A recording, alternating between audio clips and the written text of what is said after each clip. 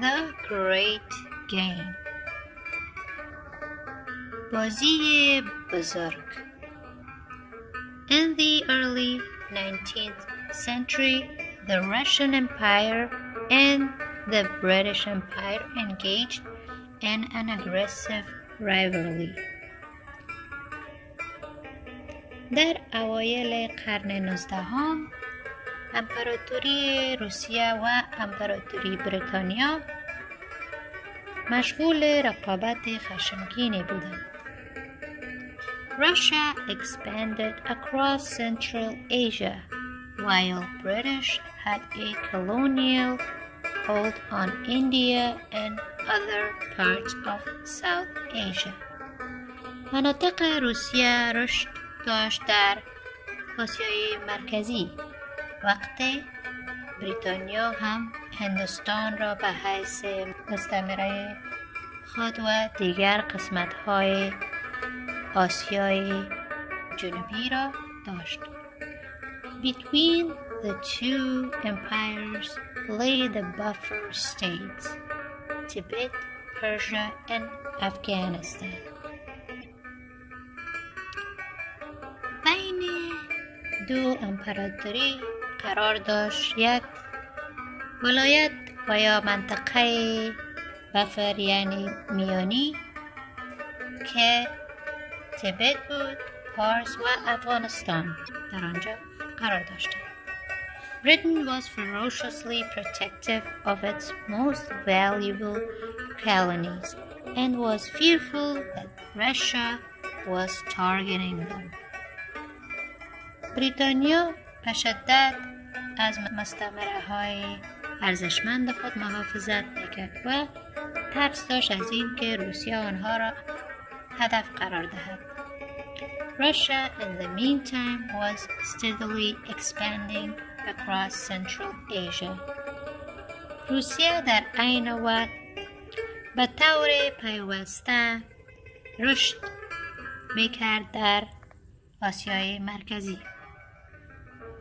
Although it was Russia and Britain who were enemies, they played out their battle on Afghan soil.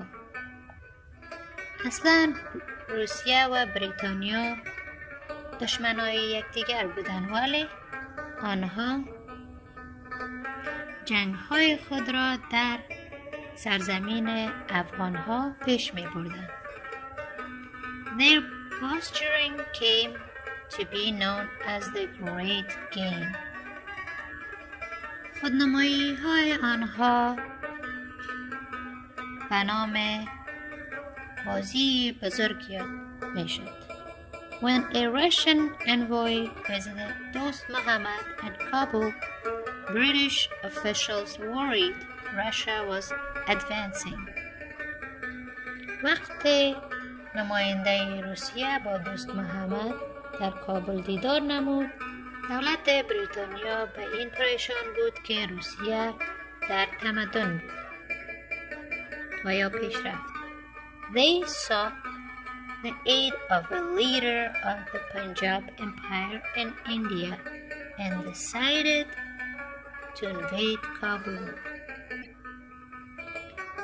آنها از رهبر امپراتوری پنجاب کمک خواستند در هندوستان و تصمیم گرفتند که به کابل حمله کنند. With the help of hundreds of war elephants and more than 250 camels carrying supplies, British troops led an invasion over a steep mountain pass. با کمک صدها فیل‌های جنگی و بیش از 250 شتر که با خود وسایل را داشتند، نیروی بریتانی پیش برد یک حمله در بالای عبور کوه بلند و تند. The march itself was exhausting, but the British were successful in the battle. راهپیمایی طاقت فرسا بود، اما بریتانی ها در این جنگ کامیاب شدند. The Afghan army was unable to defend itself against British weapons and Dost Muhammad was taken hostage.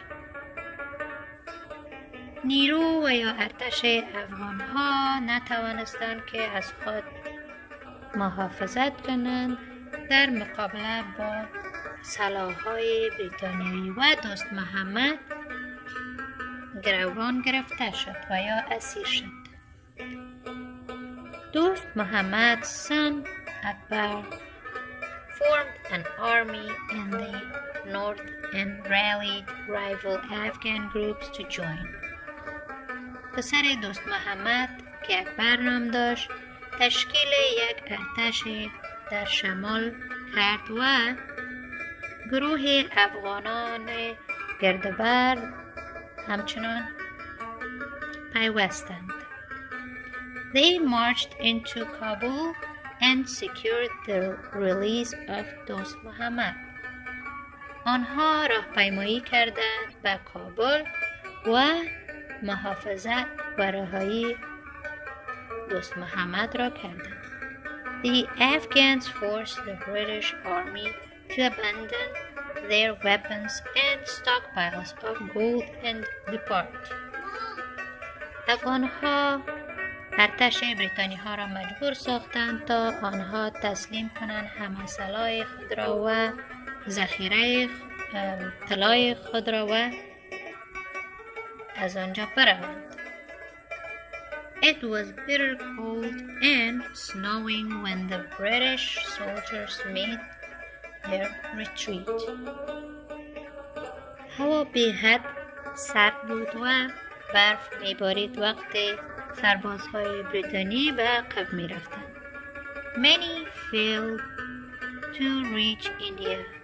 زیاد آنها ناکام شدند که به هندوستان برسند.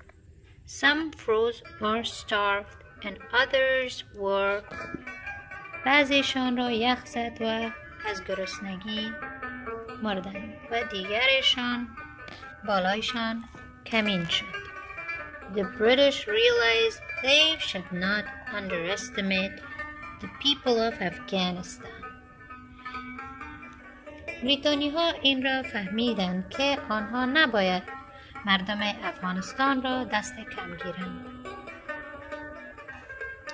In 1878, the Russian government sent diplomats to Kabul.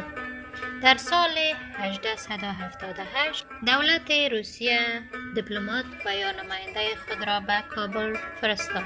The British government demanded that the Afghans allow a British diplomatic mission as well. دولت بریتانیا از این خواستار بود که افغانها اجازه رابطه دیپلماتیک را در افغانستان همچنان اجازه بدهند. The Afghans refused and British responded by sending 40,000 troops over the border. افغانها رد کردند و بریتانی‌ها جواب دادند توسط روان کردن 40,000 نفر در پیش سرحد.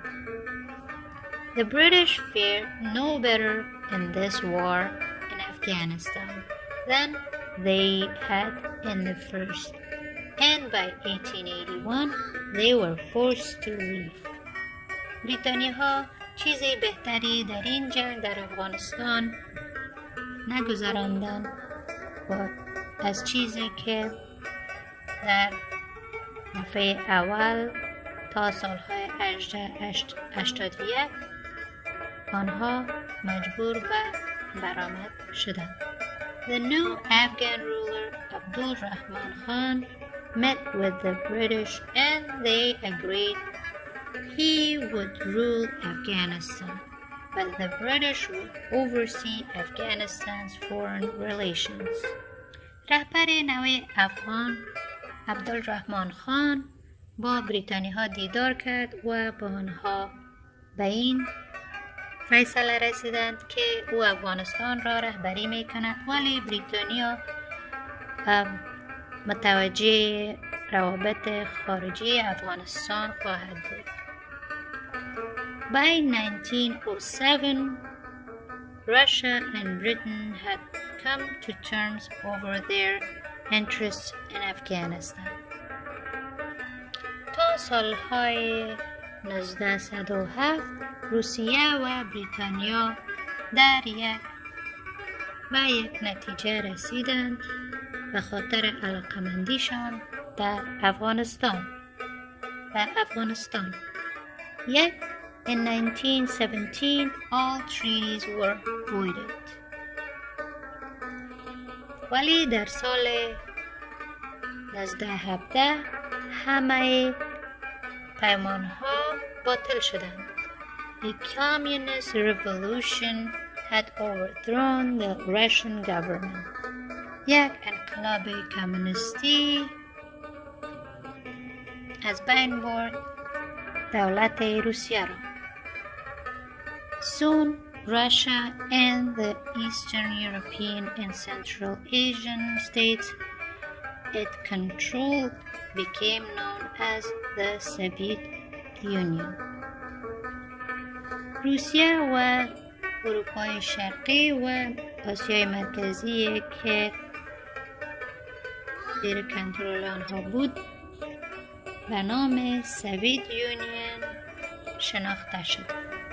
British troops make their way through the mountain into Afghanistan in 1842. عساکر بریتانی ها راه خود را پیدا می کنند در میان کوههای افغانستان سال 1842. دوستای عزیز، اگر این ویدیو خوشتان آمده یادتان نره که لایک کنین، سابسکرایب کنین و همچنان با دوستا و فامیل خود شریک بسازید. تشکر.